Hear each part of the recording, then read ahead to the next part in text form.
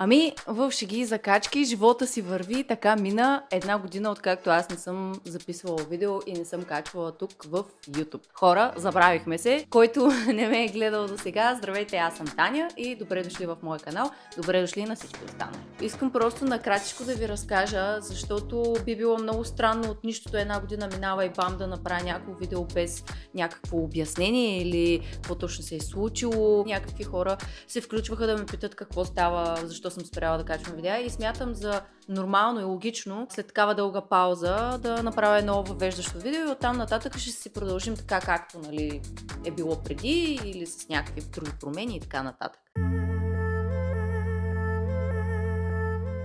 Какво се случи през тази една година? Аз имам един списък, защото без този списък съм изгубена. Значи февруари ми е последното качено видео миналата година, а пък март месец ми дойде отново една предизвикателна ситуация, която аз някак си може би усещах. Аз мисля, че съм доста сензитивен човек и усещах, че 2023 февруари месец това, което правех, това, с което си изкарвах пари, виждах някакви ред флагове в него и според мен беше въпрос на време. Дали аз съм го предизвикала или не мога да кажа, но знам със сигурност, че усещах, че нещо не е както трябва и най-вероятно няма да продължи особено дълго време, въпреки че бях страшно ентусиазирана и много развълнувана. Но няма да влизам в подробности за това, просто ще кажа, че април месец вече бях по интервюта за работа. На всичкото отгоре, ден след като разбрах, че няма да получа обичайното възнаграждение, се оказа, че останах и без телефон. Тогава беше рождения ден на Ники. Аз бързах по пътищата да купувам торти, да подготвям рожден ден, да купувам цветя, да търся картички и всякакви други неща и заваля порой, буквално брутален порой, в който аз бях по улиците закъснявайки, тичайки с една торта и телефона ми беше в задния джоб, защото явно съм го сложила по навик и си е паднал някъде. Много добре знам къде, защото си спомням последния момент, в който го използвах. Върнах се 2 минути, може би по-късно на улицата, докато вали порой. Нямаше много хора, които да бяха минали оттам, но телефон нямаше. Прежалях го естествено, но страшно много спомени имах на него и единствено може би за това ми е жала и 5 години ме изкара този стар Samsung. Бях изключително доволна от него, не мислех да го сменям, докато тотално не сдаде багаж. Anyways, останах и без компютър. Тези причини, телефон, компютър, пари, работа, мисля, че бяха абсолютно достатъчни, за да, YouTube да не ми е приоритет по това време и много бързо разбрах, че нямам време в момента да правя видеа и да мисля за контент, докато просто най-важните неща, за да съществувам, да живея, да имам покрив и храна в хладилника, не са окей и трябва да работя над тях. Мисля, че тук всички ще ме разберете. Значи април месец толкова интервюта направих. Имах интервю, което беше в 5 кръга, като единия беше Escape Style, хора. В смисъл, това беше най-якото ми интервю. Най-различното. Не знам дали е най-якото, но със сигурност не съм била на други подобни. И честно казано, наистина ще го помня със страшно топли чувства. Просто исках да ви кажа какви шантави неща вече се случват навън по интервютата. Просто света върви в не знам каква посока и всичко става все по-различно и по-интересно. Както вие знаете, аз съм споменала не един път, че аз преквалифицирах последните години и се опитвах да сменя посоката. И това ми бяха едни от първите технически интервюта за професията, която аз исках да работя, а именно пентестър. Всъщност ми беше доста сложно, доста трудно. Не смятам, че съм се представила блестящо, но не смятам пък, че се представих и зле. Бих казала, че има какво да се желае, но няма значение какво е било, в момента работя точно това и съм супер щастлива, че много бързо се случиха нещата и още на 2 май аз започнах работа. И това ми е първата такава работа. Честно казвам, до някаква степен се гордея със себе си, че го правя в момента и продължавам да трупам опит точно в посоката, в която исках, защото много хора не успяват да поемат от, още от самото начало това, което им се иска. Аз може би извадих доста доста късмет. И юни месец, какво беше юни месец? Юни месец беше рождения ми ден, беше прайд и беше дъждовен. В смисъл, юни месец просто вече не е лято. Не знам какво се случва, но просто всеки ден вали. И общо след тогава събитията бяха доста лъгавата ориентирани около мен. Ходихме на прожекцията на доста известния филм Близо, който беше много критикуван, според мен излишно критикуван, защото аз го гледах и филма си беше страхотен, убих се да рева. Но се организираха доста хора в този период от време в различни градове, за да канцелират тази прожекция, че било еди си каква пропаганда, което няма нищо общо с Северния Елен. Прайд беше дъждовен отново, беше хубав, видяхме се с много стари приятели. Тази година отново е юни месец, така че да се знаете от сега. Какво се случи по-нататък? С наближаващото лято, естествено, почнахме да мислим за някакви почивки. Да, можех вече да си позволя поне да мисля за почивки, нали, като имаш някакъв сигурен приход, може да помислиш и в тази посока. И направихме най-импулсивното си решение да решим да пътуваме до Бари. Буквално купихме билетите, няма и месец преди пътуването. Беше много импулсивно решение. Буквално седнахме за един час, купихме билети и просто бяхме някакво, оле, отиваме в Италия, Истината е, че Бари не е най-доброто място за море. От сега ви го казвам, и за плаж, и нямат много хубави плажове и не може да очаквате в Италия шезлонзи, чадъри, които да си наемате, всичко си го носиш до плажа и като цяло беше изключително голяма жега. Юли месец, края на юли, хванахме някаква топлинна вълна, която имаше и в България. От Сахара някакви топли въздуси, няма такава дума знам, но беше скандална жега. В смисъл, все едно си пуснал духалката на горещо срещу лицето ти. Както и да е, беше наистина прекрасно, успяхме да обиколим много кръчета около Бари. Между другото, може да видите, аз съм пиннала доста неща и съм качила някакъв контент в Instagram канала ми. Не е много, но е достатъчно. Отидохме до Алберобело, Полиняно Амаре, прекрасни места, където има какво да се види. Ядохме вкусна паста и не е толкова вкусна паста. Истината е, между другото, че аз снимах влог оттам и много исках да кача видео, но съм снимала в някакъв странен формат, който трябваше после да се преконвертира. Аз по това време все още не си бях взела друг компютър. 2 дена подред се опитвах някакси да ги добутам, да ги преконвертирам, да ги смаля някакси, за да може да стане видео. Но хора, програмата ми просто сбиваше на 5-та секунда плей на тези видеа и нямаше никакъв шанс. Жал ми е, че тези хубави кадри просто не могат да достигнат до вас. Мога да направя нов опит скоро време, ако смятате, че би ви било интересно след толкова много месеци. Имам, между другото, и други видеа от други влогове, които също не видяха бял свят по същата причина, които са снимани с правилен формат на видеята, но просто нямах къде да ги обработя. Но сега вече имам, така че искам да разбера вашето мнение, дали е прекалено късно или може да ги обработя и да ги кача дори с закъснение. Юли месец, прекрасен месец, бях в Италия, летяхме за първи път със самолет с Ники и всичко беше прекрасно. Август месец всъщност ми беше един доста преломен момент. Тъкмо, нали, се бях поуспокоила с събитията около мене и всъщност тогава си спомням, че получих информация, която за съжаление не мога да ви споделя, но просто искам да кажа, че тогава си преживях едно страхотно разочарование. За пореден път се убедих, че съм страшно наивна и трябва да работя над това и че отказвам да виждам ред флагове. Николета много пъти ми повтаря, тя така като страничен наблюдател може би вижда по-добре, ги усеща по-добре нещата или просто по-предубедена от мен, не знам каква е причината. И получих неприятна изненада от човек. Тогава може би си казах, че ми е време малко да се стегна и почнах да мисля в много така посока на промяна, изобщо какво е моето обкръжение, в какви неща давам времето и енергията си. И ако трябва да съм честна, съм изключително щастлива, че ми се случи този момент, за да мога така, като плесник от съдбата, да се събудя и да си кажа, какво правиш, на кого си даваш времето, енергията и всичко останало. Забравих да кажа нещо много важно. Юни месец казах, че ми беше моя рожден ден. Аз получих един много хубав подарък, може би най-хубавия подарък, който съм получавала до сега за рожден ден и естествено беше от човека, който ме познава най-добре, от Ники. Подари ми билети за пътуване до Рим, който Рим беше моята желана дестинация от 2018 или 2019. Беше ми мечта. Най-голямата ми мечта като локация, къде да отида, беше Рим. И отидохме. Септември месец отидохме в Рим и беше повече от страхотно. Мисля, че частичка от мен просто остана там. Отидохме в Ватикана, отидохме на Фонтана Треви, отидохме до Колизеума, не влязохме вътре, това беше мое желание заради идеята на Колизеума и битките, които са се случвали там. Просто не беше приоритет за мен да влезем вътре, но отидохме в Боргезе, галерията Боргезе. Просто това е най-уникалното място, на което аз лично бях там. Бяхме на Навона.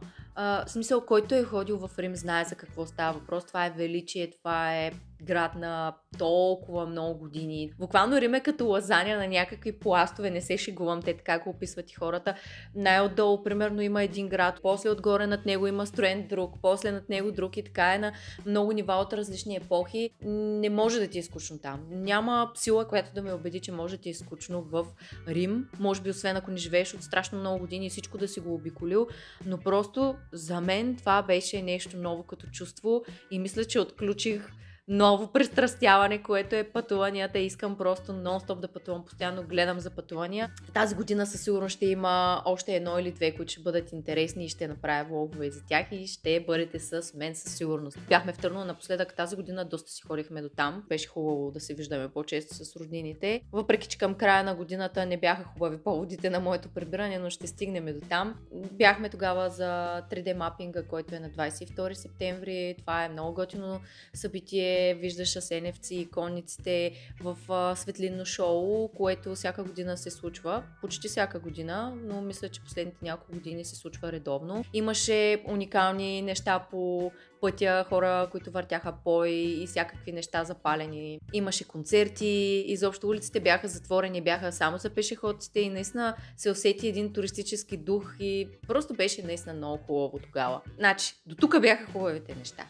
Октомври, ноември и декември, всеки един месец, член на семейството ми беше в болница, което доста така ме разклати към края на годината. Октомври месец баща ми влезе в болница, доста бяхме притеснени, свали изключително много килограми, изобщо не звучеше, не изглеждаше като себе си.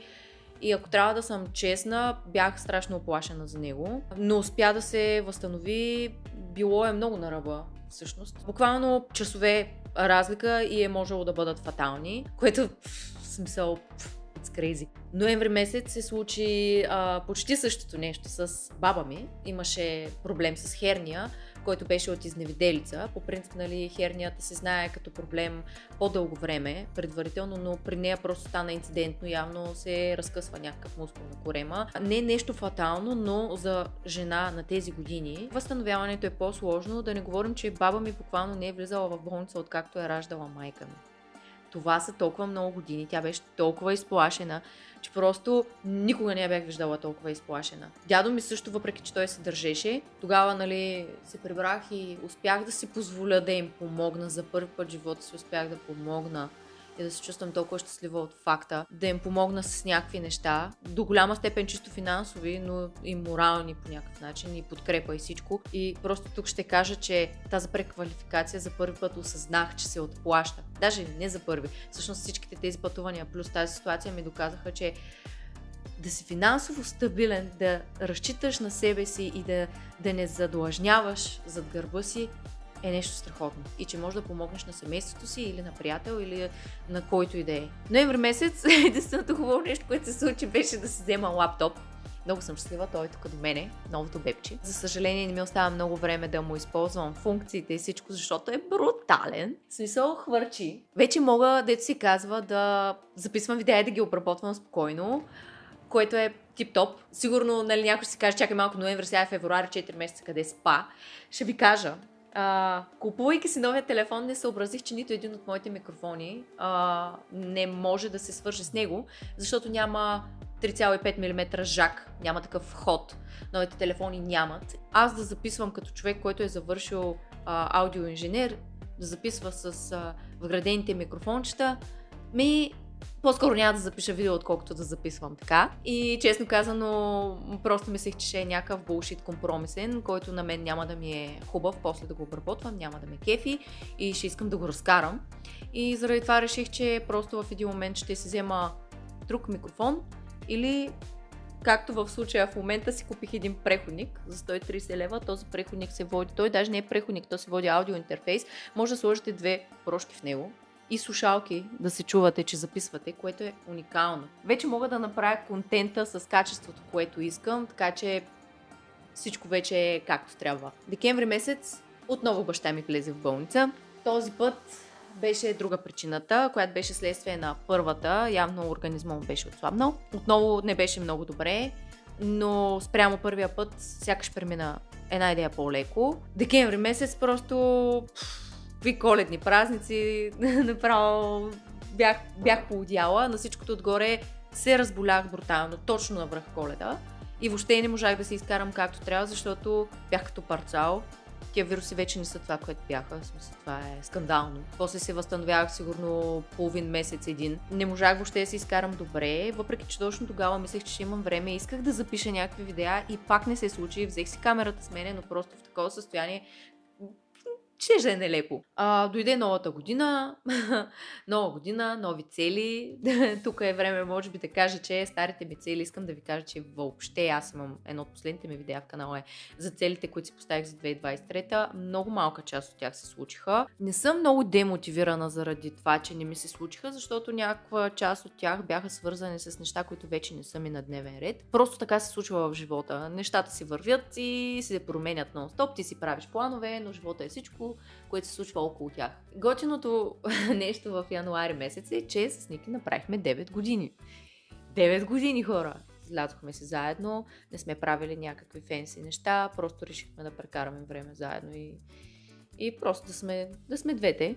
Нещо, с което много се гордея януари месец, което го направих, то беше точно малко дни след нашата годишнина, вече си взех първия сертификат в областта, джуниор сертификат е, но това няма значение, защото първия сертификат е като първата любов, помниш го. За мен не е малко, за някой, който е по-напред, може би ще си каже, голяма работа, но за мен това е първия сертификат, това е нещо, което ще проправи път напред за мен. Не знам, трябва да се потупвам по рамото от време на време за такива неща, защото те са важни и големи. Преди една година си мечтаях да имам такова нещо, да притежавам такъв сертификат или поне да знам какво представляват изпитите, да съм се явявала на такова нещо. Това беше, между другото, една от целите ми за 2023. Исках да се случи в рамките на 2023, но просто декември месец и изобщо с всички тия събития, които ви казах края на годината, просто ми беше изключително трудно да се съсредоточа, да уча и да правя неща, които изискват повече от мисълта ми. Между другото, ако искате да ви разкажа повече за целите ми за тази година, мога да го направя, въпреки че вече мина доста време. Отдавна хората са си начертали целите за годината и малко мина момента, в който е логично и адекватно да се сподели, но и затова мога да ви разкажа повече. Примерно да видим до година началото дали съм успяла да се справя с тях и до каква степен. Една от целите ми за тази година е да имам повече забавления и другата ми е най-накрая да създам този навик да тренирам няколко пъти в седмицата. Това нещо го боря от години. Като човек, който е бил с хранително разстройство, ми е изключително трудно да бъда постоянна в това и да внимавам как се храня. Аз не знам всъщност дали в този канал съм споменавала някога, че съм имала хранително разстройство, но да, няколко години, което е тема, която винаги съм се чудила дали трябва да споделя или не, но може и да я споделя, не знам. В момента се опитвам да си храня доста по-изчистено, почти не ям сладко, даже то въобще не ми е в плана и в режима. Доста предизвикателно ми беше втората седмица, защото първата някак си мина без да я усетя. Беше тип-топ, викам си, песен! Обаче на втората седмица имах малко повече така и заетости, предизвикателни ситуации в седмицата и се оказа, че това нещо адски много ми повлиява на желанията ми и почват едни такива, много ми се еде това, много ми се еде онова и само го гледам и искам да си го взема и съм такава, не. Е много тънко при мен да се превърне отново в един стар патърн такъв от периода ми с хранителното разстройство. Много внимавам да не се случи това нещо. За сега и с тренировките се справям добре, всяка една тренировка си я правя, но това мисля да го оставя в отделно видео, защото е много говорене и все още е много рано, изминали са 2 седмици. Ще ми се да мине малко повече време, да видя малко по-видими резултати, да мога да ви кажа малко повече фидбек. И така, хора, честно казано, не знам какво повече да ви кажа. Това беше едно резюме, буквално месец по месец, но просто не виждам как да ви споделя какво се е случило през последната една година.